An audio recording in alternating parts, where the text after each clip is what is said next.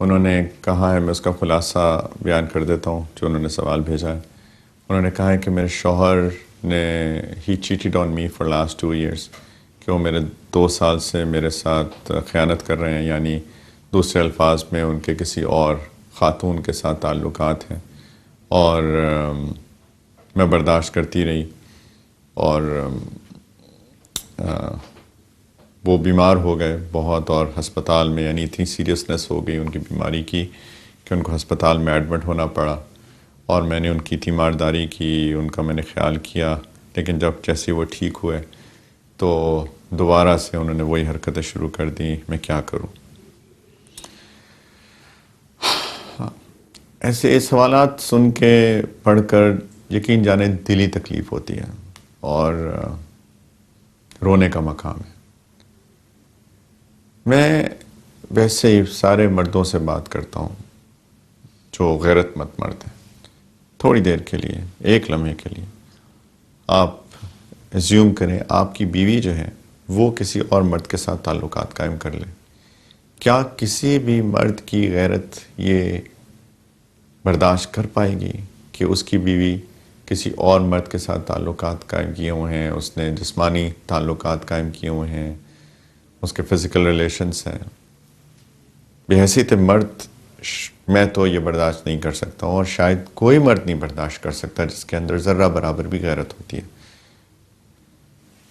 تو اگر ہم اسی کو ریورس کر لیں، کیا ایک عورت یہ برداشت کرے گی کہ اس کے مرد کے ناجائز تعلقات کسی اور عورت کے ساتھ ہیں؟ کوئی بیوی یہ برداشت نہیں کر سکتی ہے۔ اس طرح کے ہماری بہن، ہماری بچی نے بھی یہ سوال پوچھا، اور یہ سوالات انگنت آتے ہیں۔ یہ ان کی اتنی فریکوینسی ہے کہ میں گن نہیں سکتا اگر میں سوچوں گا یہ سوال مجھے کتنی خواتین نے زندگی میں کتنی دفعہ پوچھا ہے۔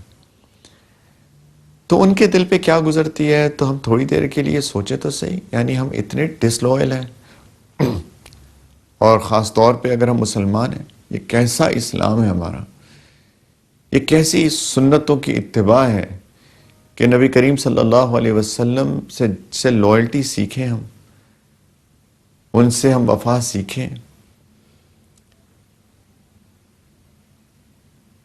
دوسرا نکاح کرنا اور چیز ہوتی ہے، لیکن ناجائز تعلقات قائم کرنا یہ بالکل ڈیفرنٹ چیز ہے، جس کی کوئی روم نہیں ہے ہمارے دین کے اندر۔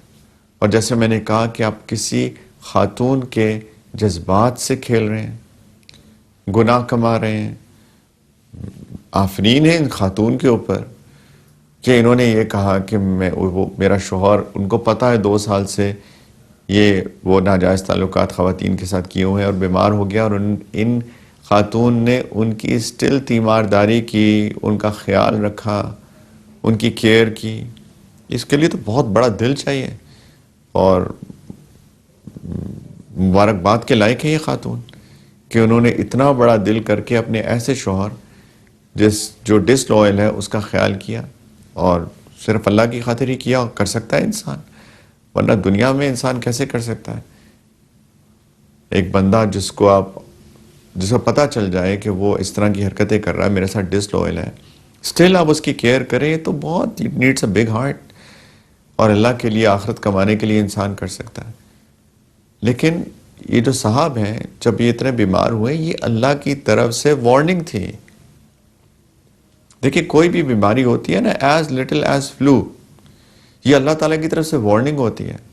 یہی فلو ٹائپ سے سمٹمز ہی تھے نا کووڈ کے، جب کووڈ ابھی بھی ہے لیکن جب اس کی پیک تھی تو انیشلی تو فلو لائک سمٹمز تھے، وہ فلو لائک سمٹمز جو ہیں پھر وہ ریسپریٹری سسٹم کے اندر زیادہ ہو گئے، لوگوں کے لنگز افیکٹ ہو گئے، ایونچولی لوگوں کی ڈیتھس ہو گئی۔ لیکن فلو کیا انسان کی موت کا سبب نہیں بن سکتا؟ ناٹ ویری لانگ اگو ایک زمانے کے اندر جو فلو تھا، انفلوئنزا تھا، وہ ایک سیریس بیماری تھی، لوگوں کی ڈیتھس ہو جاتی تھیں۔ اب تو چلیں اس کی انٹینسٹی کم ہو گئی ہے، لیکن کوئی بیماری، ایون سر درد، ایک وارننگ ہوتی ہے انسان کے لیے کہ دیکھو تمہاری موت آنے والی ہے۔ یہی چیز can transform into a deadly disease and it can cause death. یہی بیماری جو ہے آپ کی خطرناک مہلک ہو سکتی ہے اور تمہاری موت ہو سکتی ہے اس سے۔ یہ جو صاحب تھے ان کو اللہ تعالیٰ نے ایک وارننگ دی، اللہ تعالیٰ نے ان کو ایک نشانی بتائی کہ دیکھو توبہ کر لو، باز آ جاؤ۔ میں تو حیران ہوں کہ یہ خاتون کہہ رہی ہیں کہ بیماری سے جیسے ہی وہ نکلے تو انہوں نے دوبارہ سے وہی حرکتیں شروع کر دی جو پہلے سے۔ اس کا مطلب انہوں نے اپنی اس وارننگ سے، اس سائن سے کچھ بھی نہیں سیکھا۔ یہ تو غفلت کی انتہا ہے، ہیڈ لیسنس کی انتہا ہے۔ موت کیا بالکل یاد نہیں ہے؟ کیا قبر بالکل یاد نہیں ہے؟ سیدنا عثمان رضی اللہ تعالی عنہ قبر کو دیکھ کے اتنا روتے تھے، صحیح حدیث میں ہے کہ ان کی داڑھی آنسوؤں سے تر ہو جاتی تھی، اتنا روتے تھے۔ ان کو اتنا احساس ہوتا تھا کہ آخرت میں کیا بنے گا۔ فرمایا کرتے تھے کہ نبی کریم صلی اللہ علیہ وسلم فرمایا کہ قبر کی منازل میں سے یہ پہلی منزل ہے، جو یہاں کامیاب ہو گیا آگے آسانی ہے، اگر یہاں ناکامی ہو گئی تو آگے اور بھی مشکل ہے۔ اتنا روتے تھے کہ میرا یہاں کیا بنے گا۔ یہ صحابہ تھے، ذو النورین تھے، عشرہ مبشرہ تھے، یہ ان کی حالت تھی، اور ہمیں کوئی فکر نہیں ہے کیا؟ میری اس بہن ان بچی کو جو ریکمنڈیشن ہے وہ یہ ہے کہ ایک سیریس نوٹ پہ بات کریں اپنے ہسبینڈ سے، اور میں ابھی آگے کی بات نہیں کرتا، میں ایزیوم کرتا ہوں کہ it's all going to be good انشاءاللہ۔ ان کو یہ ساری باتیں جو میں کر رہا ہوں اس کا استحضار دلوائیں، اس کے بارے میں ان کو سوچنے پہ مجبور کریں، اور ان کو بتائیں کہ اللہ تعالیٰ نے توبہ کا دروازہ رکھا ہے، اور توبہ سے سارے گناہ معاف ہو جاتے ہیں، لیکن توبہ کی شرط یہی ہے کہ اس کو فوری چھوڑیں، آگے نہ کرنے کا عزم کریں، استغفار کریں، اللہ سے معافی مانگیں، اور اپنی آگے کی زندگی کو نیکی میں گزارنے کا عزم تہیہ کریں۔ اور مجھے امید ہے، اور آپ دعا بھی کریں، ہم سب کے دل اللہ کے ہاتھ میں ہے، جس کا دل اللہ جیسے چاہتے ہیں موڑ سکتے ہیں۔ مسنون دعاؤں میں سے بھی ہے، یا مقلب القلوب ثبت قلوبنا علی دینک، یا مصرف القلوب صرف قلوبنا علی طاعتک۔ اے دلوں کو پھیرنے والے، میرا دل، ہمارے دلوں کو اپنی طاعت کی طرف، اپنی اطاعت کی طرف پھیر دیجئے۔ تو دلوں کے مالک اللہ ہیں، دعا بھی کیجئے ان کے لیے، ان کو سمجھائیے، اور لیٹس ایزیوم، ہم ہوپ فلی ایزیوم کرتے ہیں، ہم کوئی ایکسٹریم کیسز کی بات نہیں کرتے ہیں، ہم ایزیوم کرتے ہیں انشاءاللہ وہ توبہ کر لیں گے، اللہ کرے کہ ان کو سمجھ میں آ جائے، اور اللہ کرے آپ کا ریلیشن شپ قائم رہے۔ لیکن اگر ان کو سمجھ میں نہیں آتی تو پھر تو ایک سیریس معاملہ ہے، اور اس کو سیریسلی ہی ڈیل کرنا چاہیے۔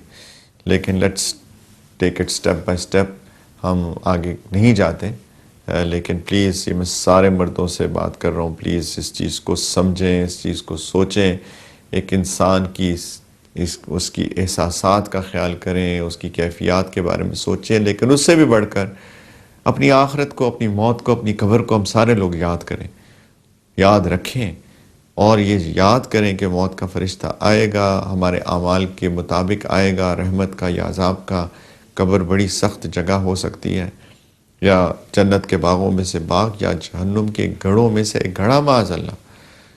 آگے قیامت کے دن بہت سخت ہے، نامہ اعمال لکھا جا رہا ہے، پیش کیا جائے گا، اعمال کا وزن ہوگا، پل صراط ہے جس کو پار کرنا لازم ہے جنت میں جانے کے لیے۔ یہ آسان معاملات نہیں ہیں، آخرت بہت کٹھن ہے، یہ دنیا اس کی تیاری کے لیے ہے۔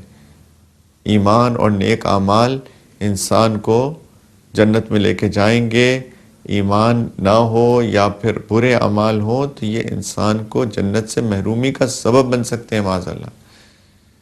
پلیز فکر کیجئے، معاملہ بہت سیریس ہے، بہت نازک معاملہ ہے، ہم سارے توبہ کریں ہر معاملے سے۔ So this Ramadan, let your generosity be the gift of change. Join us